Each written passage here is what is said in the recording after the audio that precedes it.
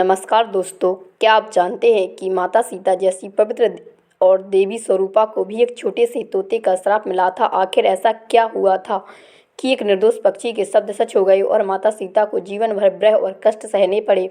आज हम आपको रामायण की एक ऐसी रहस्यमयी कथा सुनाने जा रहे हैं जिसे बहुत कम लोग जानते हैं। तो वीडियो को अंत तक जरूर देखिए, क्योंकि इस कथा में छुपा है कर्म और बाड़ी का गहरा रहस्य।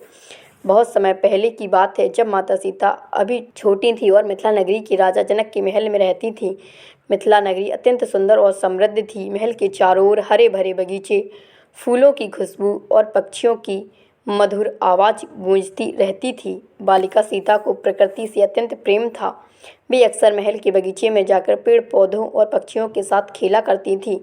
एक दिन बगीचे में खेलते समय माता सीता ने देखा, एक पेड़ पर तोतों का सुंदर जोड़ा बैठा हुआ था। वह नर और मादा तोता आपस में बातचीत कर रहे थे, लेकिन आश्चर्य की बात यह थी कि वे भगवान श्री राम और माता सीता की विवाह की चर्चा कर रहे थे। बालिका सीता यह सुनकर चकित रह गईं।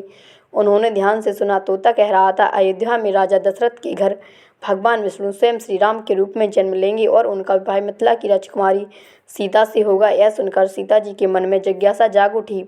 सीता ने तुरंत सेविकाओं से कहा, इन तोतों को पकड़कर मेरे पास लाओ। सेविकाओं ने दोनों तोतों को पकड़ लिया और माता सीता के सामने ले आईं। सीता ने प्रेम से पूछा, हे तोते, तुम्हें यह सब कैसे पता चला? तोते ने उत्तर दिया, हम महर्षि वाल्मीकि के आश्रम में रहते हैं। वहाँ ऋषि रामायण की कथा सुनाते हैं और उसी कथा को सुनकर हमें यह ज्ञान प्राप्त हुआ है। सीता जी को यह कथा इतनी प्रिय लगी कि उन्होंने, तुम यही मेरे साथ रहो और मुझे प्रतिदिन राम कथा सुनाओ। लेकिन मादा तोता उस समय गर्भवती थी। उसने विनम्रता से कहा, राजकुमारी, कृपया हमें जाने दो, मुझे अपने बच्चों को जन्म देना है। परंतु बालिका सीता उस समय बाल स्वभाव में थी। उन्होंने कहा, नहीं, मैं तुम्हें नहीं जाने दूंगी।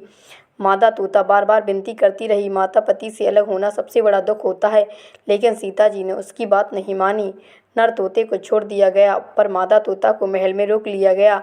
अपने साथी से बिछड़कर नर तोता अत्यंत दुखी हुआ। वियोग सहन न कर पाने के कारण मादा तोता ने दुखी होकर कहा, हे सीता, आज आपने मुझे मेरे पति से अलग किया है, एक दिन आपको भी अपने पति से वियोग सहना पड़ेगा। इतना कहकर मादा तोते ने प्राण त्याग दिए।